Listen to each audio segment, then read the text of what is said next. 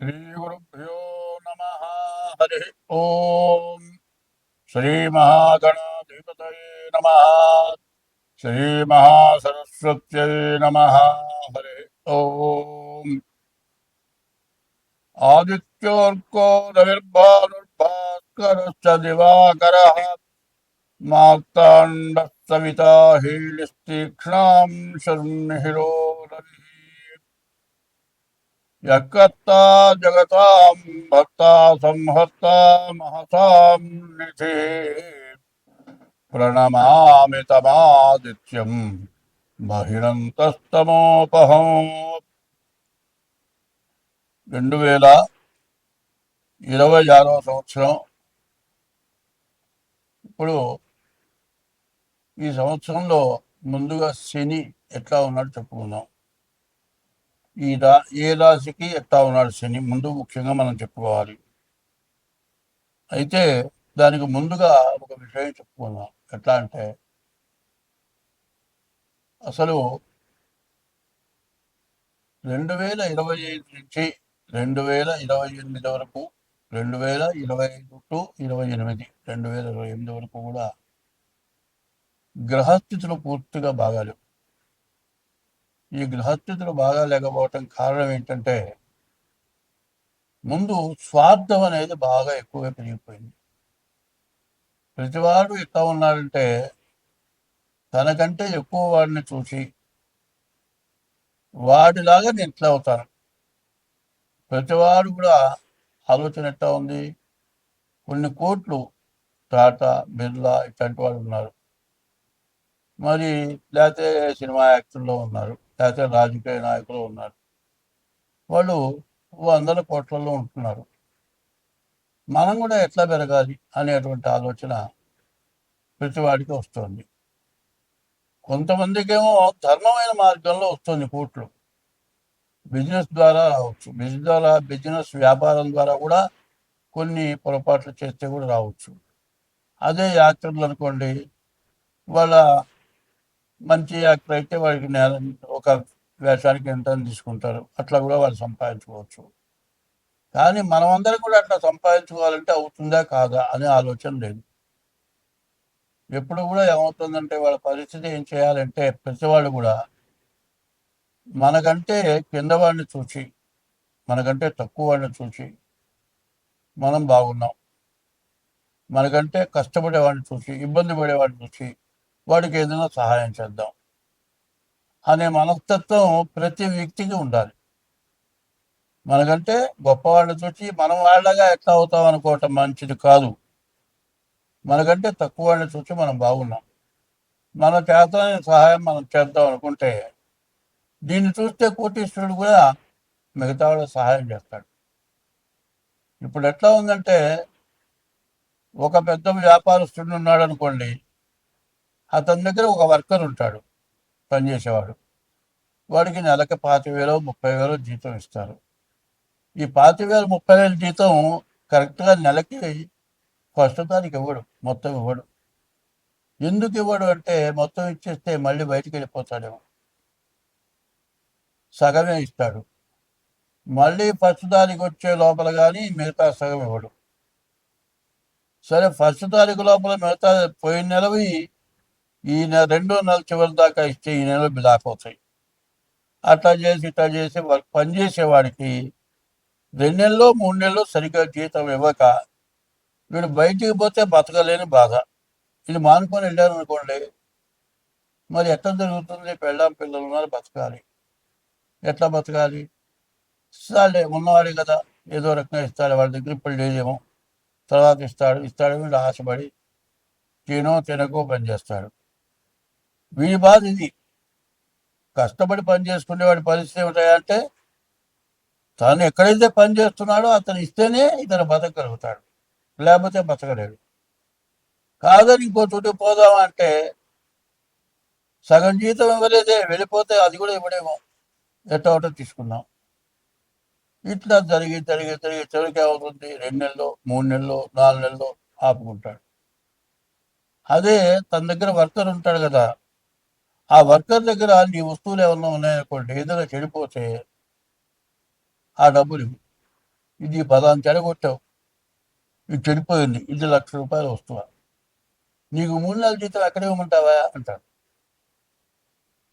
వీడిని ఈ విధమైన ఇబ్బందులు పెట్టడం ఎక్కువైపోయింది.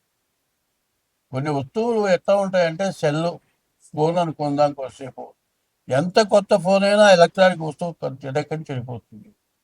మంచం కూడా దించలో కూడా చెడిపోతుందేమో అని ఆలోచించట్లా. వాడి చేతిలో చెడిపోయింది కాబట్టి వాడికే బాధ్యత. ఈ రకంగా ఆలోచించి నేను లేకపోతే వాడు బతకలేడు అనుకుంటున్నాడు. నా దగ్గర పనిచేసేవాడు నన్ను వదిలిపెట్టేవాడు బతకలేడని అతను అనుకుంటాడు. వీడేం చేస్తాడు, చూస్తాడు 2 నెలలు 3 నెలలు 4 నెలలు 5 నెలలు చూస్తాడు. జీతం ఇవ్వకపోతే ఏం చేస్తాడు, వాడు మానుకొని బయటకు వెళ్ళిపోతాడు. బయటకు వెళ్ళిపోయి అంత జీతమైన చేస్తాడు. ఈ విధంగా ఎప్పుడు కూడా ఒకటి మనిషికి కావాల్సింది ఏమిటి అనేది ముందు ఆలోచన ఎవ్వరికి ఉండలే. ఎప్పుడు కూడా మన దగ్గర పనిచేసేవాడు ఉన్నాడంటే వాడు ఫస్ట్ పడుకోకూడదు, వాడు సుఖంగా తినాలి, బతకాలి. కాదు వాడికి ఏదైనా నలజీతం కాకుండా ఇంకా కొద్ది గొప్ప మనం ఇద్దామనేటువంటి మనస్తత్వం ఉండాలి. అట్లా ఉంటే నీ దగ్గర వర్కర్ మానుకొని వెళ్ళిపోడు. అదే కాదు, నీ వర్క్ ఖచ్చితంగా బాధ్యతగా చేస్తాడు. అది ఆలోచించట్లే. ఎంతసేపు జీతం సరిగా ఇవ్వకుండా వాడిని ఇబ్బంది పెట్టి వాడు వెళ్ళిపోకుండా నీ బ్లాక్ చేస్తున్నాను, వాడే పడి ఉంటాడు అనేటువంటి దురాలోచన. దురాలోచనట్టు ఉంటుంది, వాడిని ఇబ్బంది పెట్టడమే దురాలోచన. దూరంగా ఆలోచించే ఆలోచన ఏంటంటే నువ్వు వాడికి ఇచ్చే జీతం కాక అదే నీ వర్క్ ఇంత చేస్తే నీకు అది ఎక్స్ట్రా ఇస్తాను ఇట్లా సహకారం చేస్తూ ఉండటం పోయి ప్రతి వాళ్ళకి ఏమవుతుంది అంటే తన దగ్గర పనిచేసేవాడు తను నొక్కేయాలి. తర్వాత ప్రతివాడు కూడా ఏం చేస్తాడు, ఇట్లా చేస్తుంటే నా వాళ్ళలాగా నేను కూడా ఉండాలని వీడు అనుకుంటాడు. ఇందువల్ల ప్రతి చోట ఇదే గొడవ. రాష్ట్రంలో ఉన్నవాడు కేంద్రానికి పోవాలనుకుంటాడు, మన దేశం వాడు ఇంకో దేశాన్ని కొట్టాలనుకుంటాడు. ఇట్లాంటి స్వార్థాలు 25 నుంచి 28 వరకు వస్తుంది. దీనివల్ల కొట్టుకోవడం, తన్నుకోవడం, చంపుకోవడం, పొడుచుకోవడం, యుద్ధాలు చేసుకోవడం ఇవి జరుగుతున్నాయి. దీన్ని అరికట్టాల్సిన అవసరం ఉంది. ఇవన్నీ కూడా నువ్వు చేసే పాపం వల్లే వస్తుంది. ఏ జీవరాశిని కూడా 84 లక్షల జీవరాశులు ఉన్నాయి. నోరు లేని మూగ జీవాలు ఉన్నాయి. ఏ జీవరాశిని కూడా కష్టపెట్టకుండా మనం ఉంటే, అందరూ బాగుండాలని కోరుకుంటే మనం బాగుంటాం, అందరూ బాగుంటారు. ఇది లేకుండా ప్రతి వాళ్ళకి స్వార్థం, అందరికంటే నేను పెరగాలి. ఇటువంటి దురాలోచన వచ్చి ప్రపంచం మొత్తం నాశనం అయిపోవటానికి దగ్గరికి వచ్చింది. ఇదివరకు 2 ప్రపంచ యుద్ధాలు వచ్చినాయి. 3వ ప్రపంచ యుద్ధం వస్తుందేమో అన్నంత భయంకరంగా ఉంది. పైన బంగారం వచ్చేప్పటికల్లా విపరీతంగా పెరిగిపోయింది. పోనీ బంగారం ఒక గొలుసు కొనుక్కోవాలంటే 4 లక్షలు అవుతుంది. 4 లక్షలు పెట్టి గొలుసు కొనుక్కొని మెళ్ళో వేసుకుంటే గొలుసు తెంపుకుపోయే దొంగలు తయారైనారు.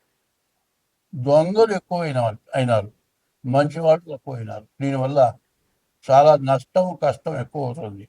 ఇది బాగా గ్రహించుకొని ఉదార స్వభావం ఎవరికైనా మనం సహాయం చేద్దాం. ఒకటి నీ ఇష్ట దైవాన్ని పూజిద్దాం, ఒకటి తల్లిదండ్రులకు అన్నం పెడదాం, ఒకటి భార్యను జాగ్రత్తగా చూద్దాం, ఒకటి. ఇటువంటి స్వభావాలు మనకు గనక ఉంటే మనకు ఎటువంటి నష్టాలు రావు. ఇట్లా ఉండేప్పుడు జాతకం చూపించుకుంటే మీరు అన్ని విధాలు బాగుంటారు. స్వస్తి. మకర రాశి. ఈ మకర రాశికి శని బాగానే ఉన్నాడు, కుజుడు మాత్రం బాగాలేడు. కుజుడు ద్వితీయంలో పడ్డాడు. ఈ ద్వితీయంలో పడ్డ కుజుడు వల్ల వ్యాధులు, ఇంట్లో సమస్యలు, అనారోగ్యాలు ఏమీ లేదండి. జలుబు చేసిందండి. జలుబు సహజంగా చేస్తుంది. కాస్త వానలో తడిసో లేకపోతే వాన కాకపోతే కనీసం ఏ నీళ్లు పడే పనులు చేసావనుకో, ఇంట్లో పై నుంచి నీళ్లు పడుతున్నాయి, బాగు చేస్తున్నావు, లేకపోతే మోటార్ ఆపేసే లోపల నీళ్లు నెత్తిన పడతాయి, తలకాయ తెలుస్తుంది, జలుబు చేస్తుంది. ఈ జలుబు ఎన్ని మందులు వాడినా తగ్గదు. ఎన్ని మందులు వాడినా తగ్గక దాదాపు ₹1,00,000 ఖర్చు పెడుతుంది. డాక్టర్కి ఏది అర్థం కాదు. ఆ పరీక్ష చేయి, ఈ పరీక్ష, ఇన్ని పరీక్షలు చేసిన తర్వాత చివరికి ఏమవుతుంది, దాని అంతటా తగ్గిపోతుంది. మనం ఏమనుకుంటాం, డాక్టర్ వ్యాధి ఏదో కనుక్కోలేదు అనుకుంటాం. జలుబుకి మందు వాడినా కూడా తగ్గదు. జలుబుకి మందు వాడినా తగ్గకపోవడానికి కారణం ఏంటంటే నీవు తినే ఆహారం అరక్కపోవటమో పైత్యమో ఇట్లాంటివి ఉంటే జలుబు మాత్రం తగ్గదు. ఒక జలుబుతో ₹1,00,000 ఖర్చు పెట్టేస్తుంది. చివరికి వచ్చేప్పటికి దాని అంతటా అదే తగ్గిపోతుంది. ఈ మకర రాశి పరిస్థితి కూడా మరి కుజుడు బాగుండకపోవటాన చాలా ఇబ్బందులు, చాలా కష్టాలు రావడానికి అవకాశం ఎక్కువగా కనపడుతుంది. ఈ రాశి వాళ్ళు కూడా కుజుడికి 7,000 జపం చేయించుకొని కందులు దానం ఇవ్వటం, నవగ్రహాలకు ప్రదక్షిణ చేయటం, ఇది కాకుండా మీ డేట్ ఆఫ్ బర్త్ ద్వారా మీ జాతకం చూపించుకోవడం చాలా అవసరం. స్వస్తి.